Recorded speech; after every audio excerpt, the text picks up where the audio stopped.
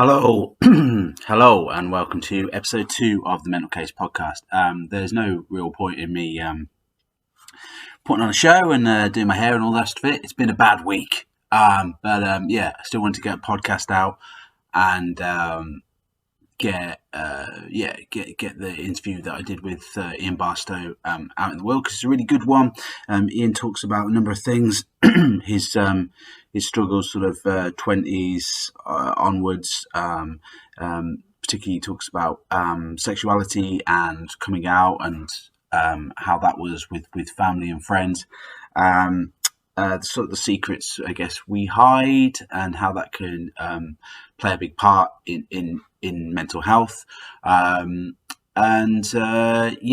also talks about a number of other much more fun subjects. So we'll talk about his photography and his podcast, and there's a lot of subjects that we go over. So I'm going to keep it brief because I noticed on the YouTube analytics that people tuned out after about a minute of me wanging on at the start. So enjoy the podcast. I'll be back sort of midway through to check in, and have a real good one. All right, bye.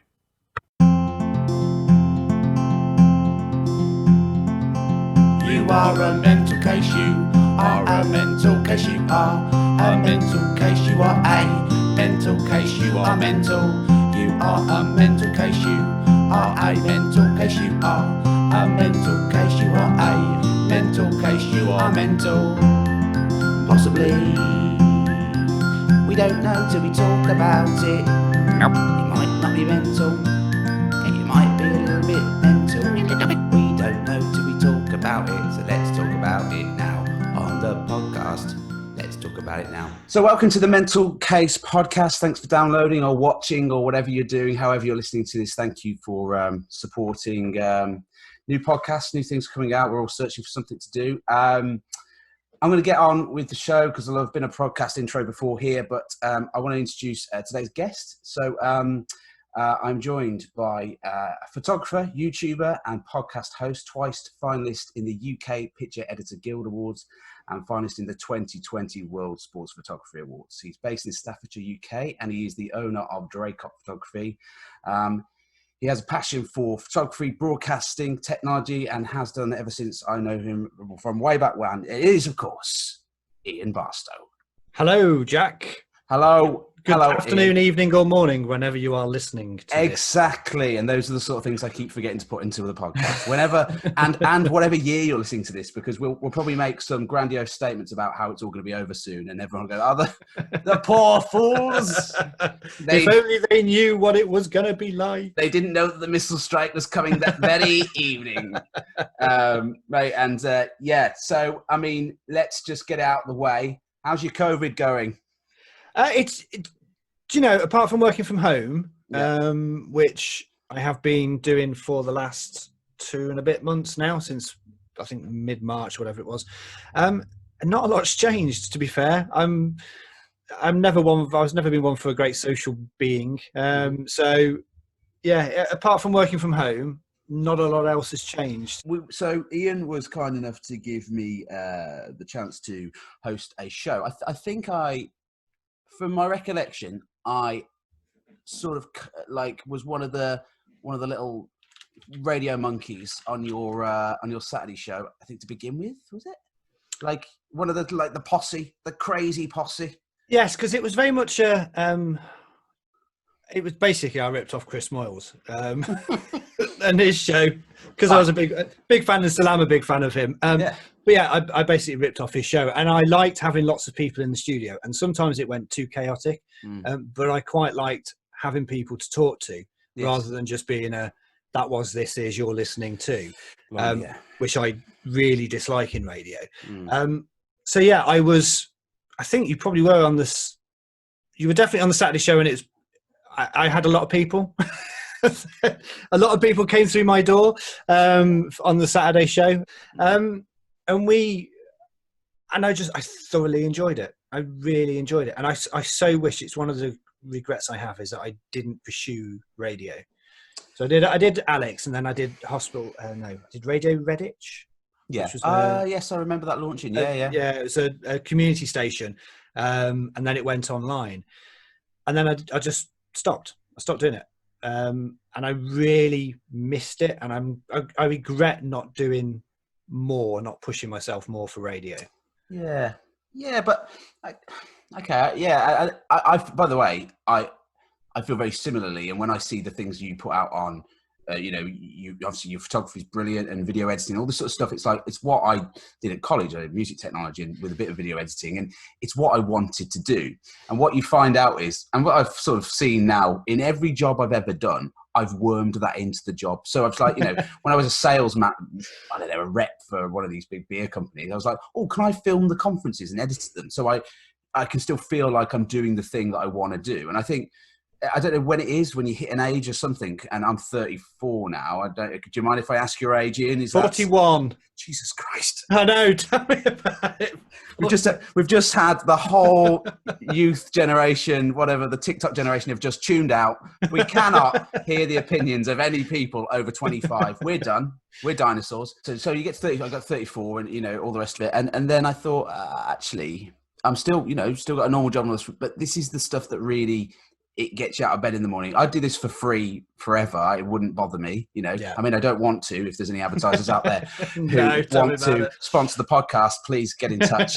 That's the mentalcasePodcast@gmail.com. So yeah, if you want to sponsor it, please do, because to make this content, you can't do it without, even buying a few little bits this week, jumping onto Amazon and thinking, right, I'd like to get a bit of a better microphone set up, a few lamps and whatever it is, because something I've wanted to do for ages, but where's the time? Like I didn't have the time. And then came the furlough, and the furlough gave me a bit of time. Are you furloughed at the moment then? Yes. And what furlough gives you is a lot of time. To anyone listening outside the UK, the furlough is the UK government scheme, which are basically you cannot work for your employer and you get paid 80% of your wage up to a maximum of £2,500. So when all's said and done with tax and national insurance, the maximum is about $1,900 for any person out there. Yeah. And that in some cases is a big old drop for people. So, and not only that, I think what I've found with furlough is you want to support the company, you want to keep working, you can see it, and you feel sorry for your colleagues who are left behind. They're having to do a lot. Obviously the unfurloughed are having to work bloody hard because capacity is overwrought. And I would say, just from let's actually get some mental health stuff in here, as it's the Mental Case podcast, people are struggling, and they're in various different things. They're in various different places. I think a colleague said to me, it was quite eloquently put, we're all on the same sea, but we're just in different boats. So you don't know what people have got going on. They might have some debts here. They might love the furlough. There might be people who are just like, brilliant, that's great. But I don't know, it's affecting everyone in different ways. And I think for me, it's been really important to check in on people and genuinely check in and listen to what they've got to say, I think mental health in this time, I say, luckily for me, there's me and my partner and the dog. We haven't got kids to worry about. So we do run a holiday let, which is causing some issues because we obviously can't rent it out at the minute. Yeah. So we've not got income from that coming in. But I'm quite lucky in the fact that it hasn't affected me, touch wood, too badly. Yeah. But I know at the start of all this, I was so proper worried, proper concerned about what was going to happen. Yeah. And it is, and our company, the company I work for, has a very good well-being. As soon as this all started, they put stuff out. If you need to talk, this is the number, give us a call. It's independent, free, all these sort of things that they put in. And I think that's really good for a company to do that. Because I can't imagine what it's like if you're having to work and you're covering for 3 or 4 different people, trying to do the same job as one person, as 5 people, and you're just one person doing it. Yeah, I mean, impossible. I mean, I spoke to someone, I won't go into what my job is, I guess, but I spoke to someone from the NHS quite high up, and they said, we're working at 300% capacity now. We're effectively 200 staff down. You're like, that's untenable. You can't do that. And these people, otherwise very happy sounding people, the rest of the time I always spoke to them, have opened up to me almost like just get in touch as their account manager or whatever you want to call it, and they go like, yeah, I'm in a really bad place. And you go, wow, okay, I'm now becoming a therapist, and that's fine. I'd rather them talk to me about what's happening for them than put on the happy face and do all the stuff that people feel they need to do, because it's sort of, I understand why people do it, but it's much more cathartic to just go, it's shit, mate, and here's why, and the other person go, talk to me. Yeah. Talking to someone. I get told that I'm a good listener, and people do come to me if they've got issues at work. People will sort of say, "What's your opinion on this?"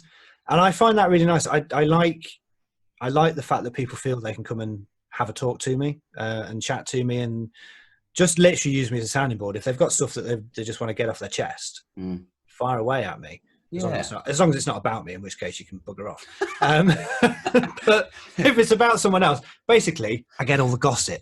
Yeah. It's like, oh, you want to? Oh, yeah. Tell me about that. Please do. What are you activating? Just a dictaphone in my tongue. Yeah. And then you go, and so I don't know. Something comes out in the wash later on, and like 6 months down the line, and it's like, oh yeah, I knew about that. Yeah. I find the same. Like I'm sort of privy to some things, and almost, I guess, again, without going into details, I don't want to get either of us in trouble with employers. but people will say like, everything's fine. I'm like, I know otherwise, and you don't want to break confidences, but like, but they're not. I know people aren't fine, and again, it's the commonality. So I think this podcast I'll repeat myself slightly, but that's fine, because the sort of the cliches with mental health are many, and it's fine to say them. It's okay not to be okay, right? That's the thing people always say. It's okay not to be okay. So just to give you a bit of background, because there's no point in me lying about it. So I suffer from depression and anxiety, have done for many, many years. But I guess, and I'll try, if I repeat this story on the podcast, I'll get rid of it. But again, it's worth saying. So, it's there, it's in the background. You sort of, you try and be happy, but it keeps coming back and all the rest of it. And I went to the doctor probably when I was 31, I think, when I really felt like, oh my God, this is sort of bore my soul. And that doctor said, I think you're just a bit sad, and let me leave. So I thought, yeah, pull yourself together, man up, you big Jesse. And then I walked out of there going, oh. And then it got worse again. And then I went, and the next doctor was just fantastic. I praised him on the previous record. I have no clue in which order these are going out, but whatever. So you will have heard me praise this doctor, but he genuinely listened. He didn't seem to stick to the 10-minute NHS clock that exists for as you go through the GP surgery. And he really gave me his time and his advice, and almost in a bit of a fatherly teacher way. He was quite admonishing of some of my behaviour in terms of, well, do you want to get better or not? Because you've got to do something your side as well. I can't just give you medication. So I'm on fluoxetine, which is Prozac, but only 20 milligrams. I didn't go for like, give me 18. give me doses up. I just want to be basically bouncing around the world. I want to be like Mr. Burns, where they inject him on that fright, and his eyes widen. But so that and that helps, obviously. And then there's all the exercise, all the other things, and I'll try and give tips for it. But I guess, would you mind going into any detail about let's start with your mental health now. How's your mental health now? I think I'm all right. I get I don't know if this is a trait of mine or it is a part of a mental health. I have no idea, but I am very short-tempered, and I get very frustrated, and I get very antsy with people about the smallest thing quite often. But I think I've always been like that. Oh God, yeah. There was that time. Remember that time that I accidentally knocked your microphone and you threw me through a plate glass window? Yeah. Which I thought was, at the time, I thought maybe she's having a bad day. But then I saw you execute 3 members of staff who, again, just didn't toe the line.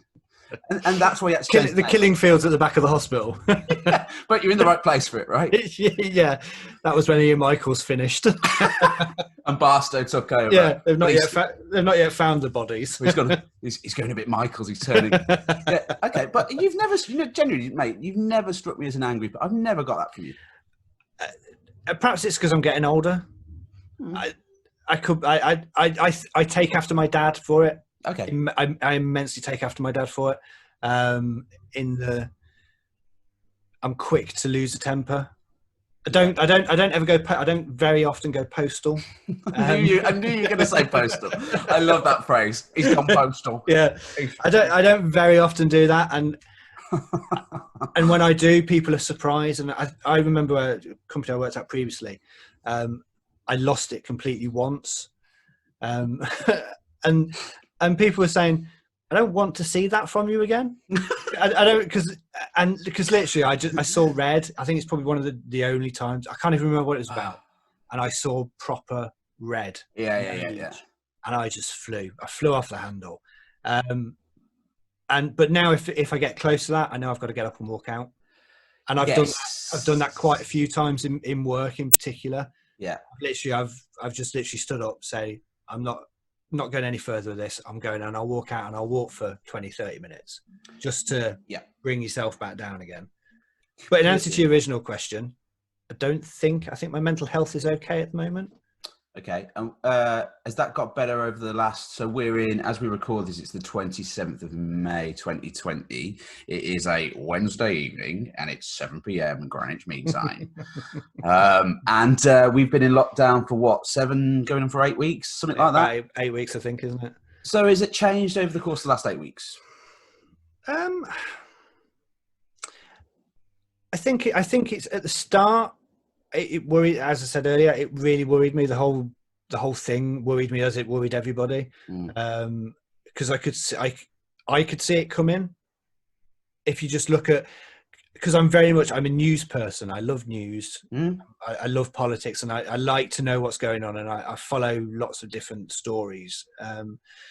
And I could see where we were heading, and that was getting me more and more nervous. And now it's sort of, now we're hopefully past the peak. I think that anxiety of the condition and how it's going to affect people has gone down. Yeah. And I think you get used to it. I think that it is scary how quick we as human beings get used to what is happening and just accept it as the new normal.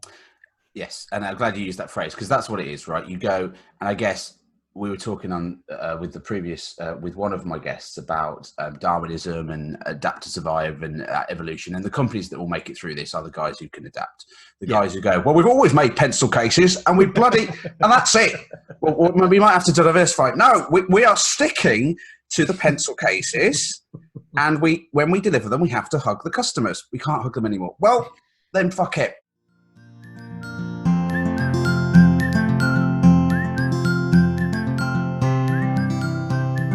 Just to talk about anxiety, and there'll be, I guess my thought is people listening to this will either be, hopefully they'll be depressed, hopefully they'll be full of anxiety, hopefully they'll be bloody stressed. Either be like that, not really identify what that is, that feeling they've had the whole time, know a family member who they don't know who the fuck to talk to, and that's like the tips that I want to give. It's like, this is how you talk to someone you don't tell someone with depression how they're feeling, you ask them and listen. It's really important. And as an anxiety sufferer, I've sort of been preparing for it to go shitstorm my entire life. I knew it was going to go wrong, and I was like, yes, there's a virus, and I'm not making light of the deaths. I was like, great, I know what this is. I can hunker down with the best of them. Fine, no worries, done. And it was almost like I knew I'd been preparing for it my whole life, and a lot of anxiety sufferers have said that. I was like, it is my time, my time to shine. When I've been worried about the smallest thing in the world and going, do you think they thought I was a dick because I grabbed the salt before the pepper? You know, like that doesn't matter. This does matter. And but you seem like, again, you seem in good spirits, and I've asked you a question and you're happy to talk about it. And that's, if you weren't, I think you'd say, right? Yes. Yeah. And I think I'm sure we'll come on to this later. I am happy with who I am now. Back when I was doing the radio, back when I was in my early 20s to about 32, I was covering up who I was to 99% of people that knew me. I wonder what happened when he was 32. Sorry, I'm doing the listener's voice now. Sounds like something happened. Something happened. Probably. I hope Jack comes back to that. I'm not going to imagine if I didn't ask you now. So yeah, I am happy with who I am. I'm happy where I am. I'm happy with life at the moment. So I've got a partner, I've got the dog, got a decent house. I've got a job. I wouldn't put decent around it. I've got a job. I'm doing stuff that I'm enjoying now. I'm doing the YouTube stuff, and I find the YouTube photography and podcast help me sort of just do what I want to do. I think that's really important. You've got to have time for yourself. Yeah, absolutely. Absolutely. But yeah, I think I'm in a happy place now. Okay, so let's deal with it. Let's deal with it now. Let's go right now. Tell me, Ian, why weren't you happy before? Well, I had a really bad ingrown toenail that just went on for years, and it just and I had it removed. What are you going to do, mate? Just get rid of it? So I was in the closet for what? I know until I was I want to say 32, 33, 34.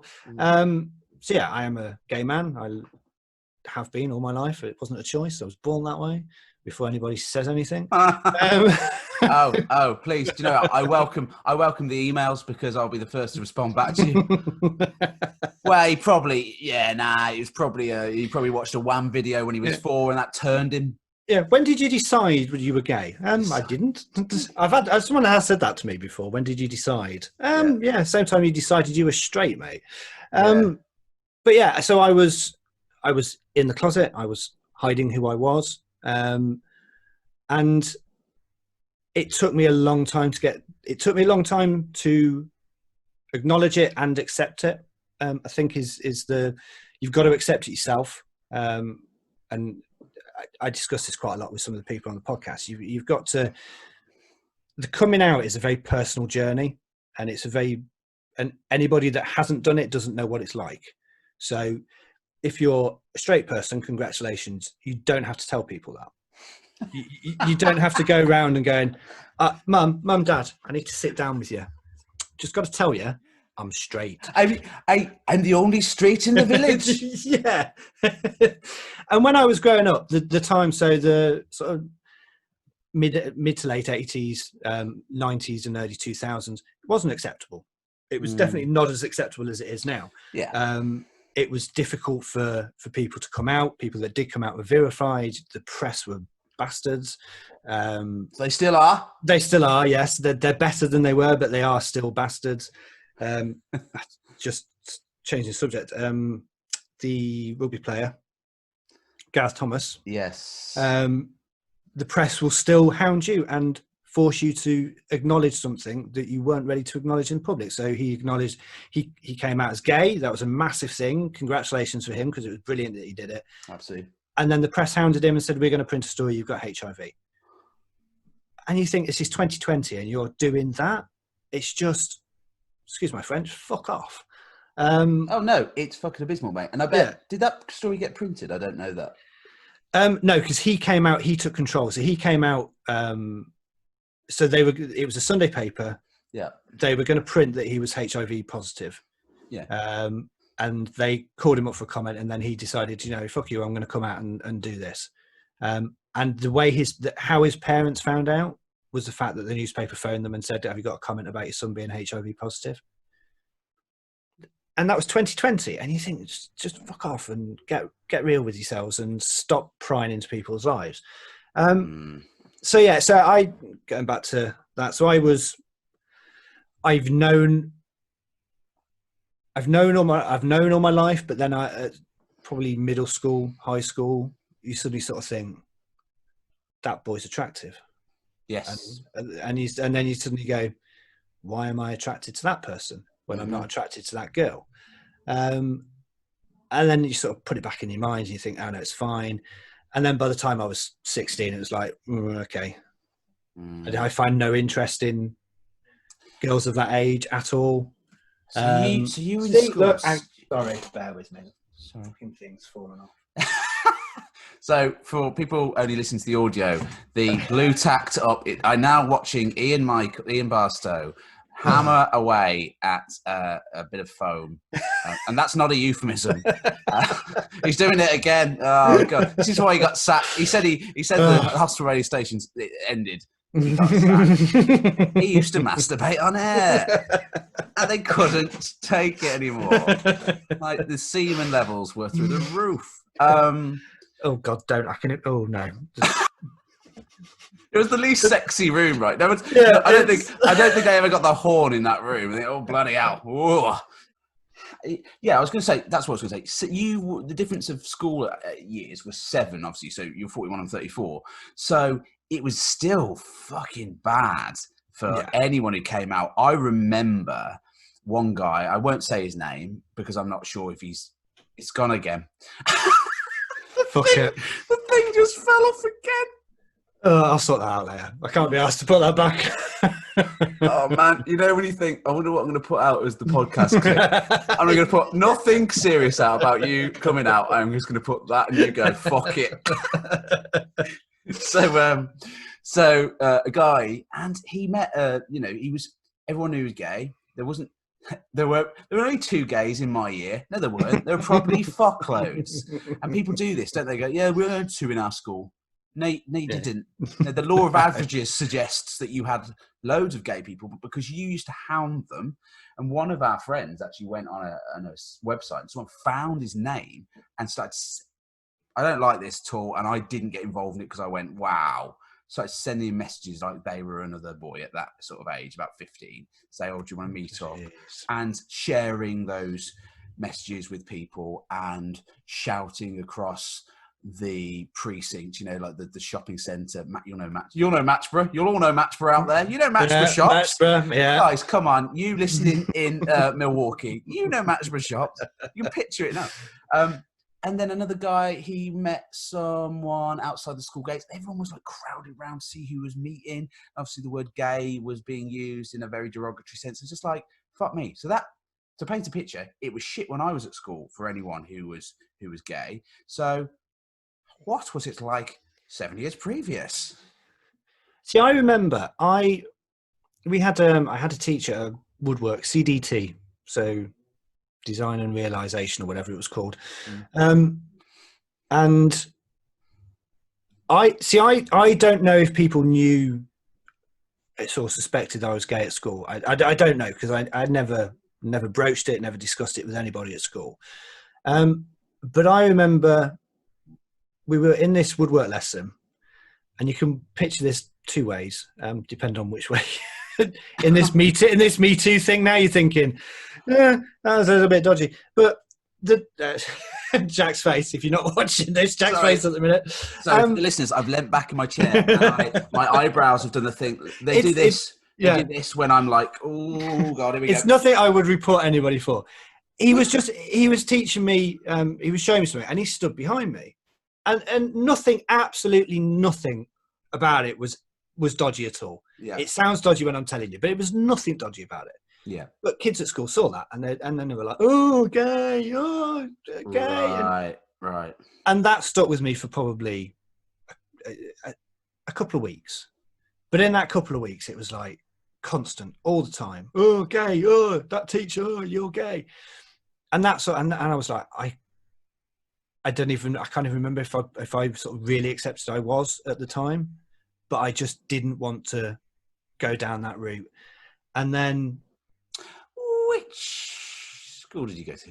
We don't have to include this. Lees High. Okay. So Dingleside Middle School, Lees High School. Because I went to Arrow Vale. Yeah. And when I went to Match Presenter the other day, I might leave this in, fuck them. I don't care. Sue me. This happened. I saw a big outstanding Ofsted report sign, big banner they've paid for. And I stopped from it, I took a picture of it. And I thought, I'm glad they've got an outstanding thing after I left school, Christ, how many years ago? I don't even know, 18 years ago. Because when I was there, we had 3 headmasters. One boy tried to hang himself from a tree, and one teacher was known to be molesting girls, then went to Coventry School and finally got found out and is in prison now.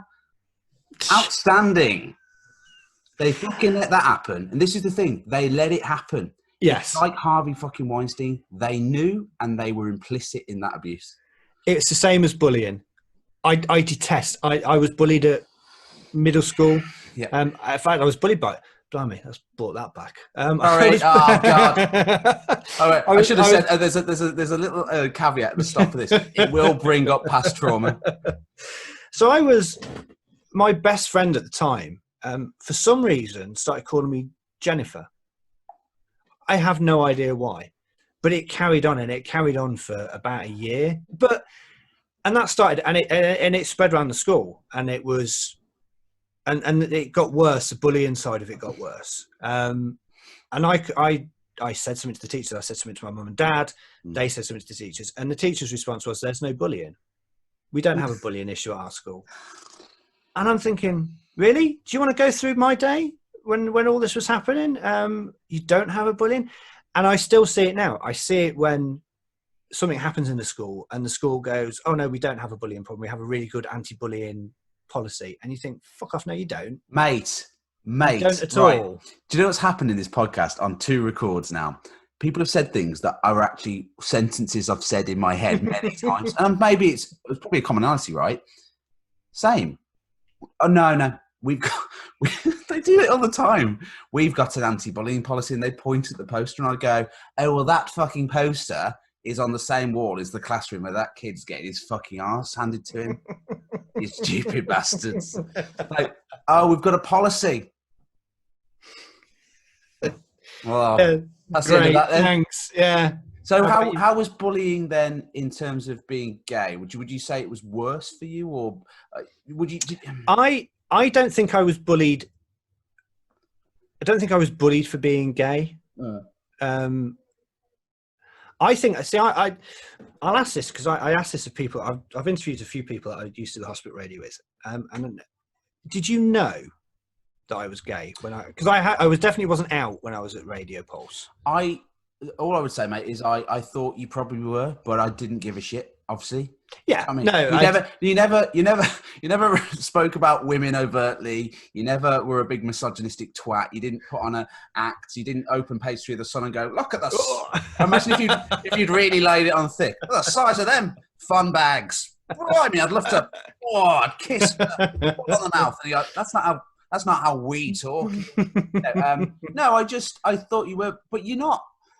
This sounds bad to say, and pick me up if I'm using language that is awful, but you're not like overtly camp or anything like that. No. You wouldn't walk down the street and go, there is a gay man, inverted commas, the Larry Grayson gay man. You're not that. You would just, I guess it's because you also, this is going to sound bad, and I'm sorry to all the heterosexual men out there. Heterosexual men are often fucking arseholes and they're not very nice, like, to begin with, and you were just nice as well. You were giving people all these opportunities to get into radio who wanted to. You could talk about stuff. You weren't, but I guess maybe that's my perception of heterosexual men that I knew, that they're a bit of dickheads. And there's loads that I know who aren't, but I just hadn't met enough nice straight people, as you know, because your world sphere is that's what you see, and then as you get older, you go, "Oh, it's mostly fun." See, I remember, and I have no idea who it was, but I used to bring this big CD case with me, with my CDs and singles and stuff that I used to play. And it was full of Steps. S Club 7, 5. Sorry. Yeah, no, I know. 5. Spice Girls, Kylie. Proper stereotypical gay men music. And when someone was going through it, and they just looked up and they went, "It's a very gay record collection you've got here." And I was like, No, that's just because it's popular. It's just no Oasis, no Blur, none of the rock music, all pop music. Literally, just 99% pop music. Yeah, and to be fair, like, I had a friend who was gay. I think I probably knew he was gay, but he came out, and very much so. When you look back, he was like, and even he said before, it's like, "Do you remember the Kylie posters on my wall?" Like, Well, yeah, but I just thought you thought she was fit. You all did. Do you not remember I knew every word to 5 and S Club 7? Do you not remember that? Yeah, exactly. It's my first CD I ever bought, Elton John. Yeah. Red flag. Mate. It's a red flag. That is... in the shop, did they go, so you're gay? Yeah. Best of Elton John's double CD. I knew it. No, but I guess it's going to be your upbringing, right? And I guess I grew up in a household where it wasn't all hunky-dory by any means, but there wasn't an anti-gay agenda, so to speak. Tell a lie. I'm going to put this out on the podcast. It wasn't an anti-gay agenda. It was a covert anti-gay agenda. Because once, right, sorry, man, I'm going to have to tell you this. And fuck it. I was in a caravan in like Padstow or whatever it was. Doesn't matter. Anyway, there was an advert for we were watching a dating show or something. It said, coming up next week on Channel 4, Greg and Philip go to... And it showed them kissing. And my mum covered my eyes. I was 8 years old, right? She went like that. I went, what are you doing? Like if I'd seen it, that's him done. He's seen 2 men kissing. He's going to be gay. And I was like, oh my God. So it's somewhere within that. They probably, probably some sort of homophobia of sorts, as I think there is for a lot of people. But I don't want to sound like the world's best guy, but I judge people on people and who they actually are. Like, I don't care what your sex is or your religion. I don't care. Just be a nice person. See, I remember similar sort of thing to that, but my mum and dad this is going to paint a really bad picture. My mum and dad read the Daily Mail. I've got to end this podcast. Yeah, I know. Tell me about it. And it's like, my detest for that paper is just unimaginable. But I remember that I struggled. I didn't struggle. I feared when I was younger. I feared what my dad would say because he was working class, Yorkshire. Would never do it, never hurt, never say anything bad to people. But there was that thing at the time, and I hate to use the phrase at the time, it's a sign of the times, but it was mid-90s or whatever. There was little things that would just be said, and me sort of coming to terms with the fact that I was a gay person, just to make you think, oh shit, I can't say that. I can't say that to you. I couldn't tell you. Yeah.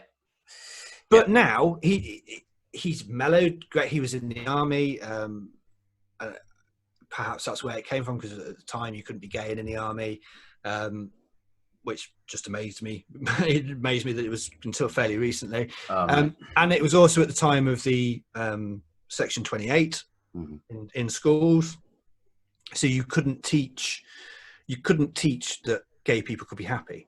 So the perception of someone being gay was that they would be a sad and lonely person for the rest of their life. You've got a question there. Yeah. Please remember your thought here. Yeah. I've got a question. What fucking government?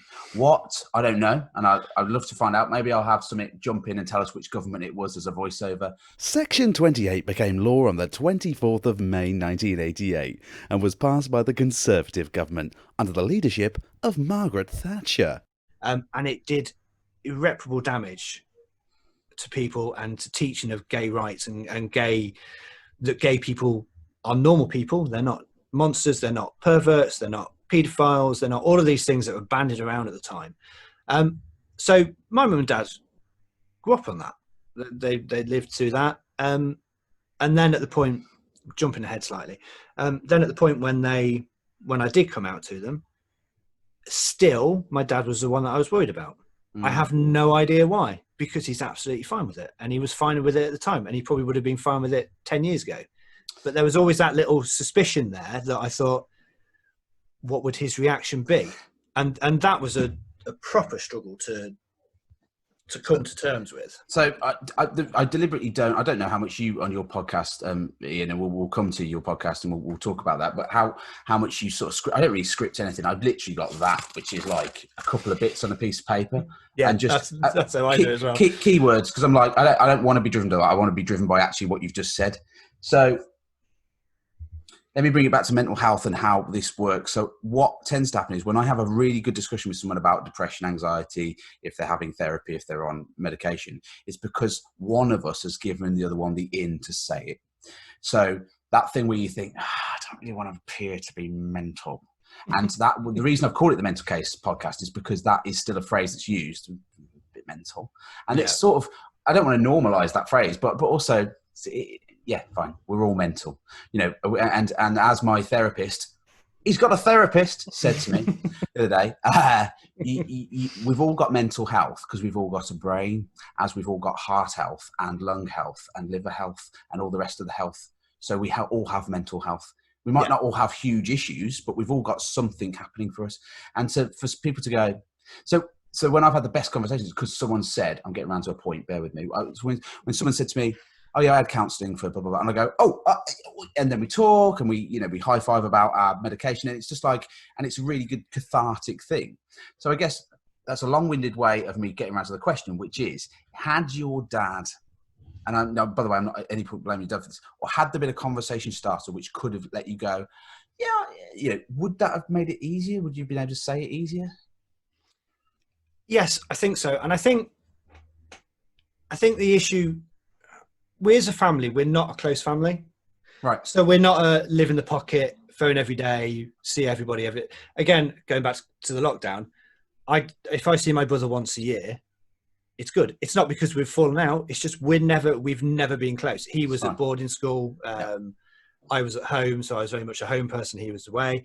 But as a family, we're never close. So we never really have those in-depth conversations.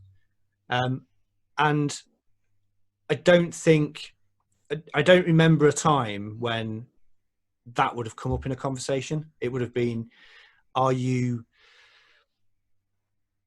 it sort of just tends to go, are you all right? Yeah, I'm fine.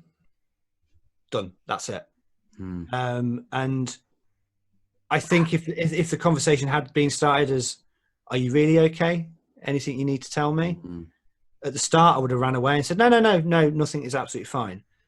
At the point when I was going away every other weekend to meet my partner and to stay at my partner's house for the night.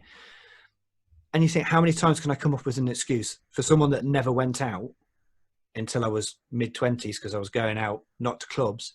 How many times can I come up with the excuse of, I'm going to that friend's person that you've never heard of? And it just built to the point where it's like, this is fucking stupid. You made it to almost the end. I think we've got another 20-25 minutes left to go. Ian has been brilliant at being really honest, and he opens up about what coming out was like to his parents, how that went. We also talk about his career and all the great stuff that he's got happening in his life right now. So thank you to him. Do download his podcast, the As Yet Unnamed Podcast. Episode 2 is out right now, and it's a really good podcast. So on this podcast, in the next couple of weeks, we have got Lee Kenny, who is a published author, and very exciting. We also have Joe Lycett, who is the UK stand-up comedian, who was kind enough to give me an hour and a half of his time last Friday. Really good guy, really honest conversation, and a very, very funny man. So do download the podcast, and if there's anything you want to email in, any question, anything like that, please get in touch, thementalcasepodcast@gmail.com. I will see you next week. Thank you very much for downloading. Bye. So I told my brother, and that was like first step, and I thought that went well. I'm happy with the way that he was fine. I was fine. He was like, yeah, whatever. I don't care. And then it still took me probably 3 years to tell my parents. And I thought about it, and my mum was in the next door on the computer. And literally, it was just a case of, I'm going to do it. And I got up out of the bedroom, walked in, and said, Mum, can I have a word? I'm gay. And she went, yeah, I know. Yeah. And Okay. I'm like, for fuck's sake, really? And she sort of went, well, I suspected it. I was waiting for you to tell me. Because I think mothers know. I think most mothers know more than probably most dads know. Might change. And I still sort of said, do you want to tell Dad? So she walked downstairs, told Dad, and he just walked in. He walked into the bedroom, opened the door. He went, Mum's told me, put his thumbs up. Well done. Walked back out again. Oh, and I was just like, oh, mate. Oh, that's amazing. Oh, mate, that's giving me in this lockdown, very tired state that I'm in because I'm not sleeping very well at the minute. I'm gonna cry. Yeah. No, that's properly. That's the best reaction you could have had, right? Definitely. And it was a massive 2 weights off my shoulder. So I got the weight of the financial issues, which I'd still kept to myself, but the actual pressure of being chased for that all the time had gone. And then the fact that I'd told people, or told my mum and dad, and it was just a massive weight. And then I went through and I got the redundancy, and I told pretty much in the last week I'd worked for Virgin Media for 12 years, 11 years. I told all the people that I worked with, and some of them were like, yeah, I thought you probably were. But every single person was fine.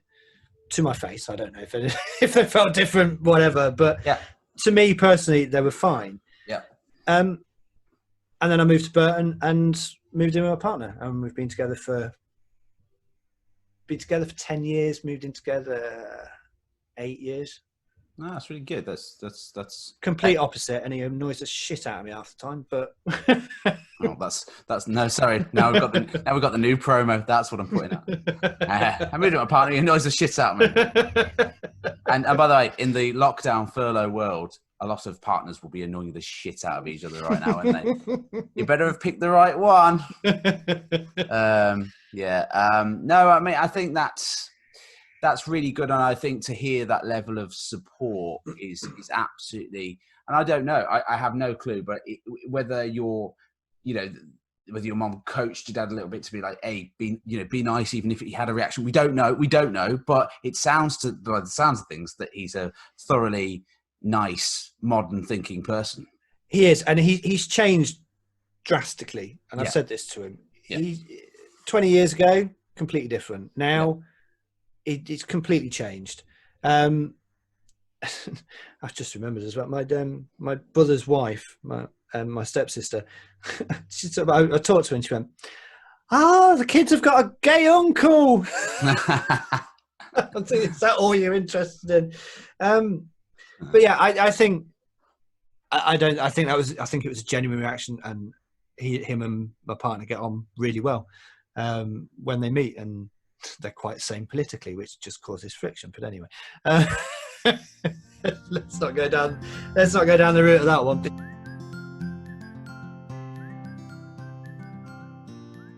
There's a great Robin Williams quote, which I will not say incorrectly. I will actually get it because it's on my phone. And he said it, and obviously Robin Williams, as we all know, killed himself. Yeah. So one of the funniest comic actors of his generation, and one of the funniest men in the world. As a lot of comedians, they're not doing well. And his quote is, "I think the saddest people always try their hardest to make people happy because they know what it's like to feel absolutely worthless, and they don't want anyone else to feel like that." Which I like. And you see, you read that now, and you hear that now, and hindsight, you sort of think. Because I would never think Robin Williams was a depressive person, because of his persona is, ta-da, look at me, how funny am I? Yeah. Or how funny is he? Mm. See, I find my photography is somewhere I go where I want to just be calm. So for people watching on YouTube, but motorsport photography is slowly becoming more of a passion. That photo there got me the finalist in the World Sports Photography Awards. It's a lovely segue. No, let's we've done the heavy shit. Like, I like to sort of have the crescendo. We do the heavy shit in the middle. It's a shit sandwich. We start with a bit of fun.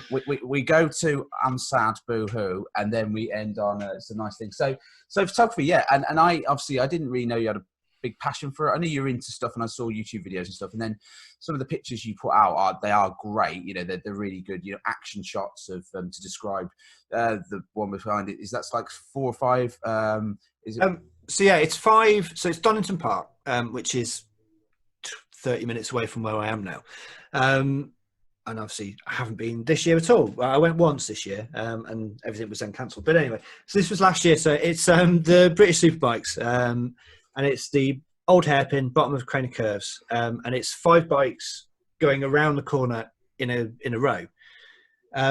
I've never seen that in the time I've been at Donington, apart from that day and that lap. So the next lap, those 5 bikes come round and they were spaced out. So it was right place, right time, as is 99% of sport photography and photography in general. But I also knew that corner is very good. So I'm not professional, so I can't get beyond the fence. So I'm behind the fence, so I'm shooting through the fence. But I know that corner's good for getting bikes coming in, sweeping in. But being at Donington, I go on my own.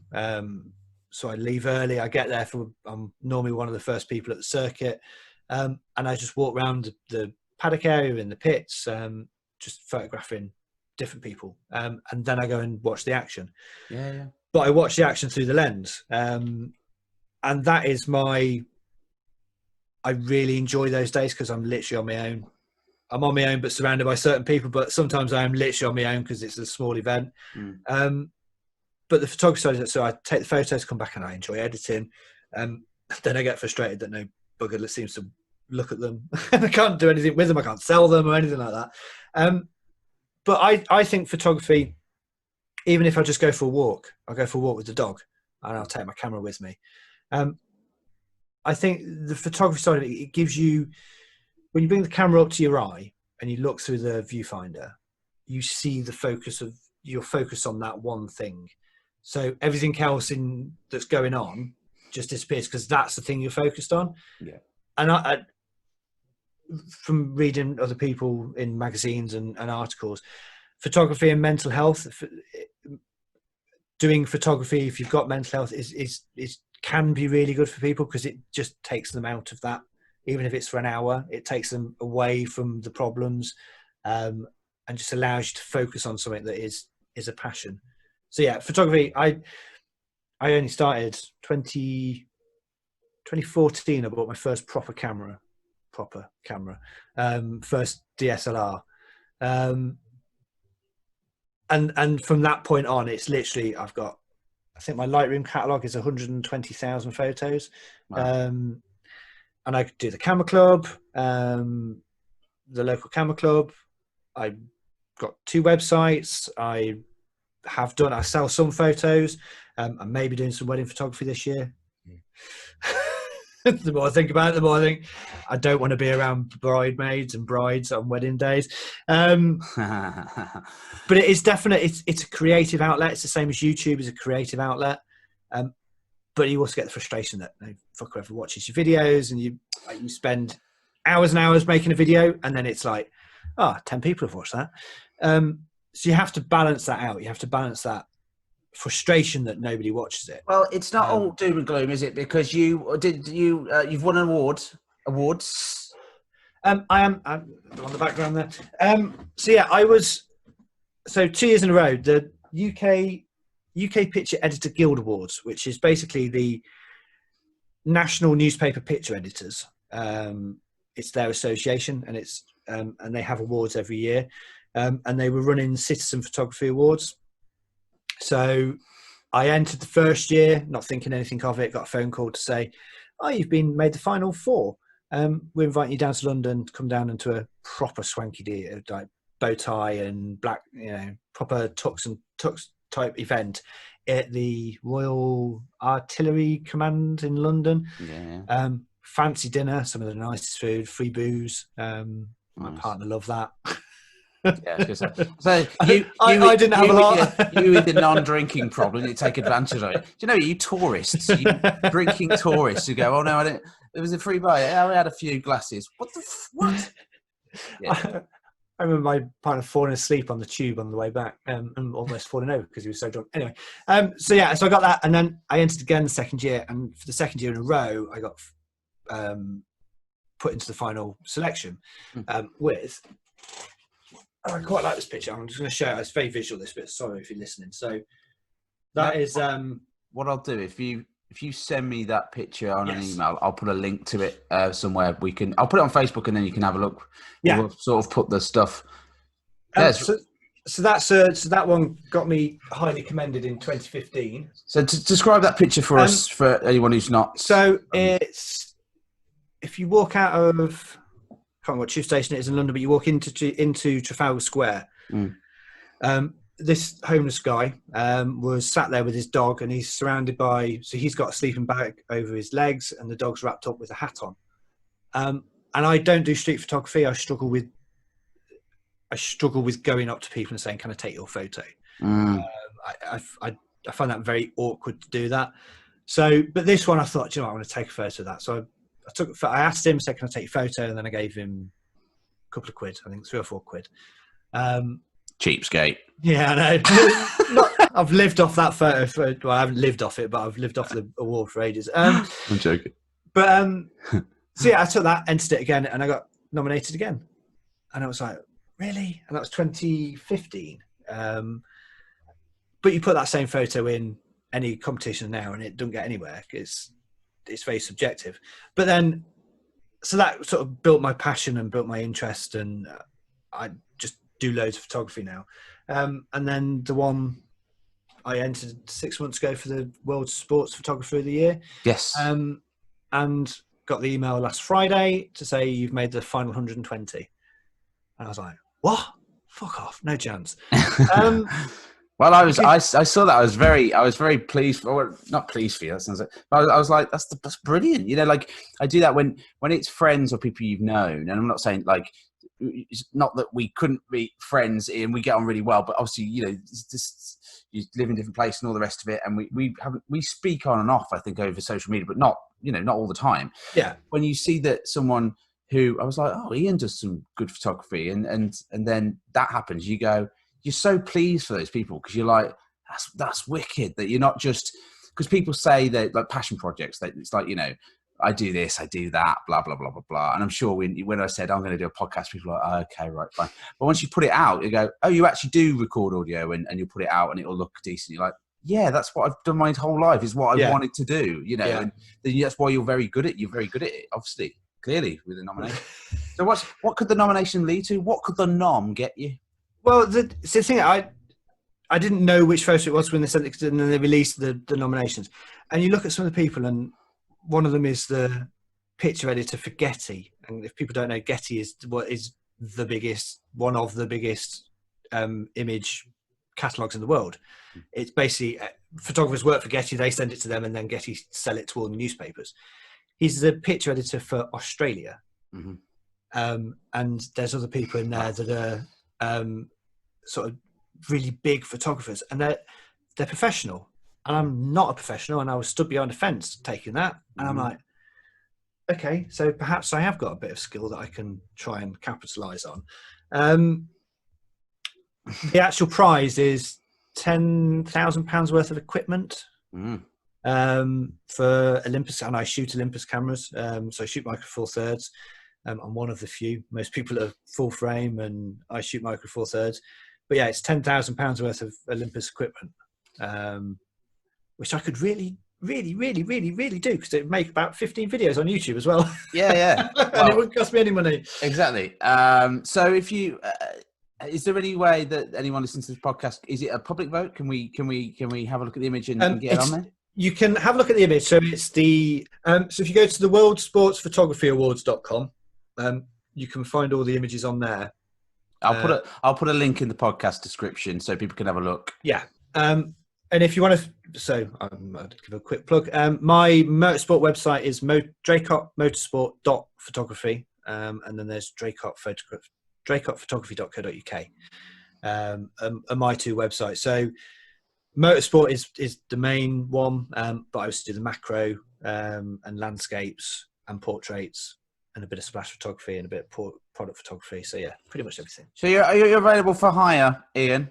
I do. I have done the odd, and slightly goes back to the self-consciousness side of it. It took me a long time to do it. So I did a christening for someone at work, and I really enjoyed it. Not thinking I would, but again, it's that doing the studio portrait photography helped me a lot, because it's a very odd thing when you've got a camera in front of someone and you're telling them what to do. It's a very unnatural thing to do. So that's building up a comment to that. But yeah, if people want to get in contact with me, if they've got events, I don't do weddings at the minute. He doesn't believe in the sanctity of marriage. No, it was illegal for me to get married for years. I'm not going to condone it. Fuck the lot of you. Yeah, fuck you all. Is that down to the pressure, mate, of fucking a wedding up?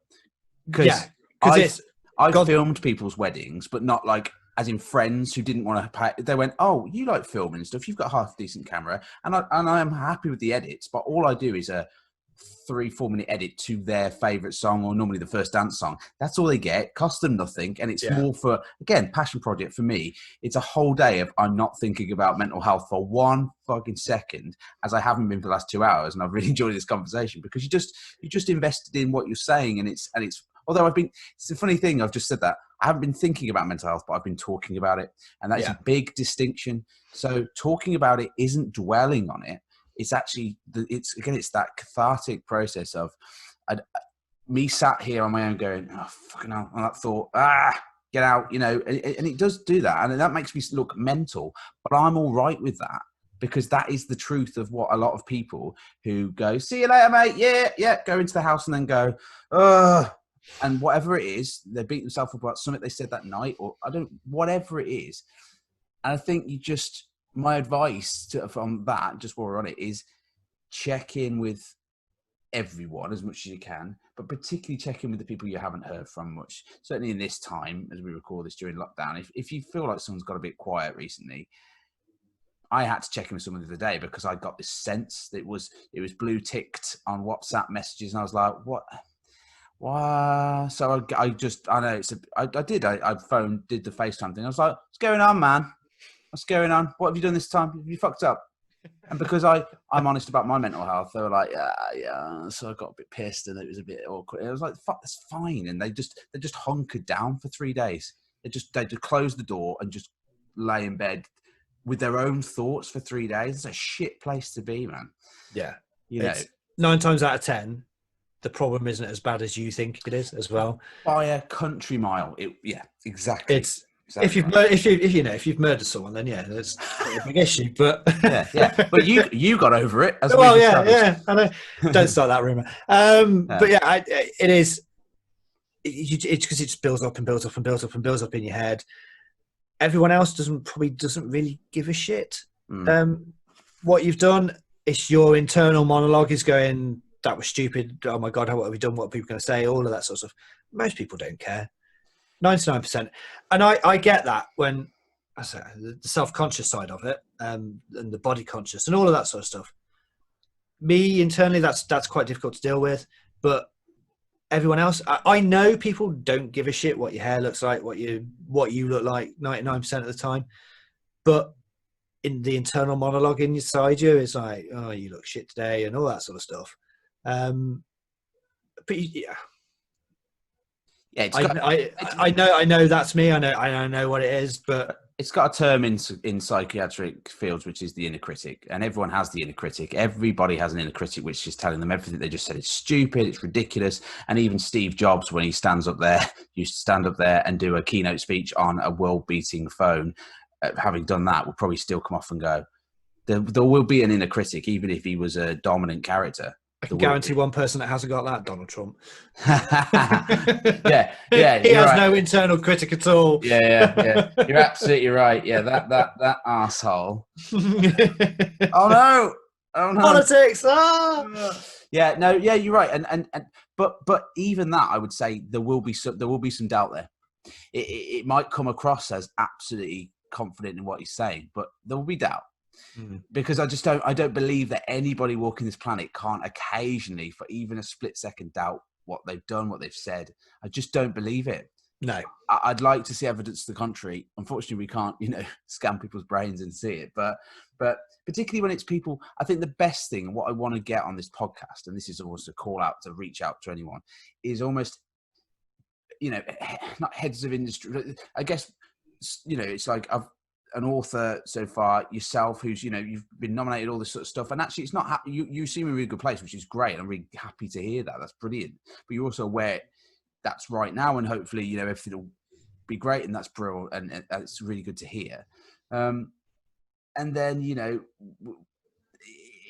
I'd like to have people who appear to be really successful, I guess, so people who would say, like, your success, what the hell have you got to be sad about?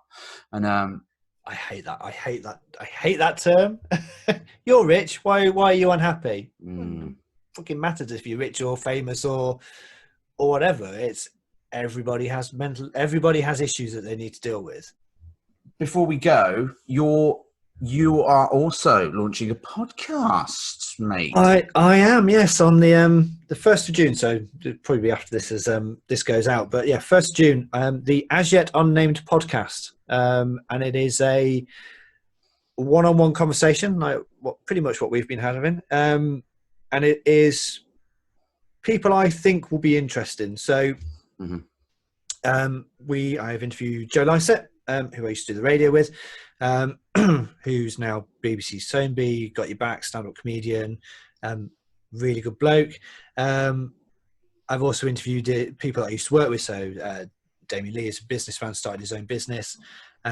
Lucas McFarlane, who is dancer, who I tried not to fanboy over. I saw your post about that, and I watched. Is that the clip he put out today? I saw the edit. Yeah, and he seems like a lovely chap. Yeah, he was easy on the eye. But I've also spoken to a couple of photographers, filmmakers. I don't know if you remember Paul Stringer. Yes, I do. Yes. Yeah. Paul, spoke to him, and it's long form. I think we miss at the moment long form one-to-one conversations, and I love just letting someone talk, letting someone explain their life, explain their career, and just discuss and just find it interesting. And I hope I'm pleased with what I've done so far. Yeah. And I hope that people that listen to it will enjoy it and find it interesting, funny, engaging, all those usual sort of stuff. So yeah, it's out on the 1st of June, the As Yet Unnamed Podcast. It will be on all the normal platforms, and also it's on my YouTube channel, which is youtube.com/IanHRP.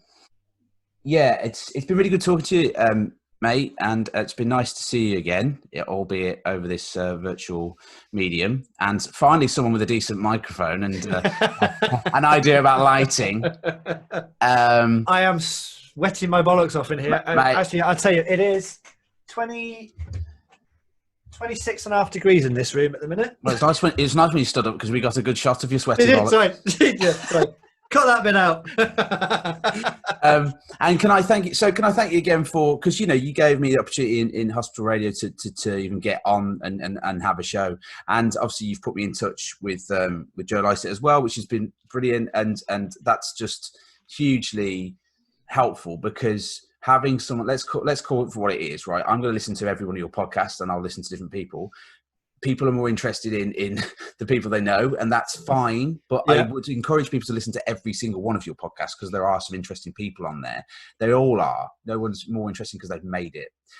But it's important to have people like Joe talking about mental health, because it depends how open he wants to be. But that's really cool. That's great for the platform. It is, and I did cash in a card, because I did start his career, as I talk about in the podcast. But it's thank you for saying that, and it's really nice, and I'm quite proud of. So on my show, Joe has gone on to be a really good stand-up comedian. Mark Harrison works in TV at the BBC. Rachel works in TV at the BBC. Steph is doing his acting. You're doing whatever you're doing. Oh God, you fell into that one. But yeah, it's it's really nice to see people that you sort of think, it's one of the things I loved about doing Hospital Radio is that we weren't judgy at all. I don't think back then, I think we were very open about letting people be out on the radio. And if you weren't very good at it, fine. But who cares, because you're enjoying it. Oh yeah, it was and I don't know if I like the word or not, but it was a hugely diverse room full of people, different presenters and people, people transitioning and also like loads of stuff.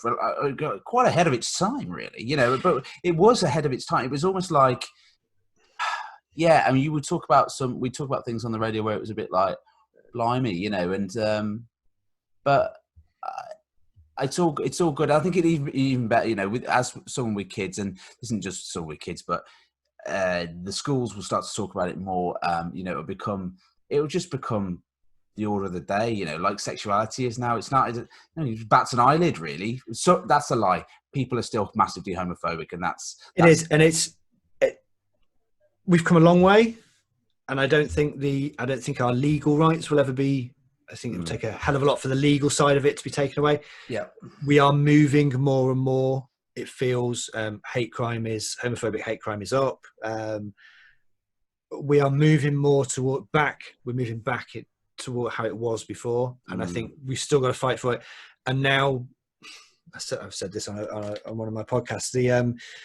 It's almost like we've had the racism. They lost that fight, or they're losing that fight. They haven't lost it; it's still there. But we've had that. We've had the homophobia. They've sort of lost that.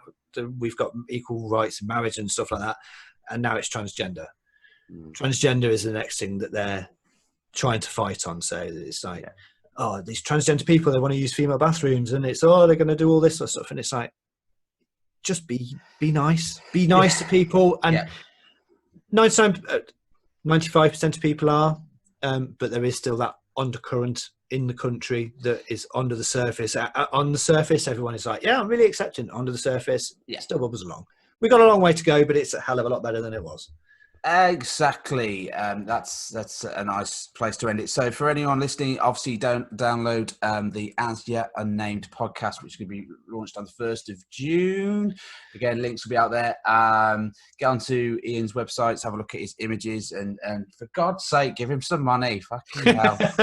From the bones of his arse here. No, he's doing all right. He's doing all right. All right, my kid. And I will. I'll make sure that we advertise your. Get the next guest that you've got out there.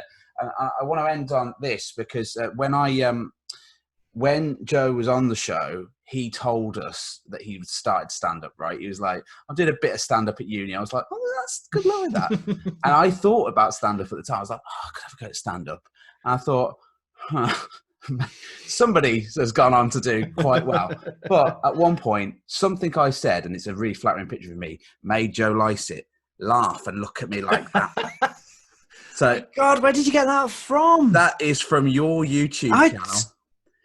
It is. Yes. You brought in a little mini camera and and he's in the studio, and I'm going to show him that picture and go, "You see, I am funny." I've got to try and find out what video that is from now. I'll send you it, mate. I'll forward you. Yeah, forward me the link of that one because I need to watch that. But but thanks very much for being on the show, Mr. Ian Barstow. Thank you very much. Merci pour vous. Au revoir. Merci. Whatever. French.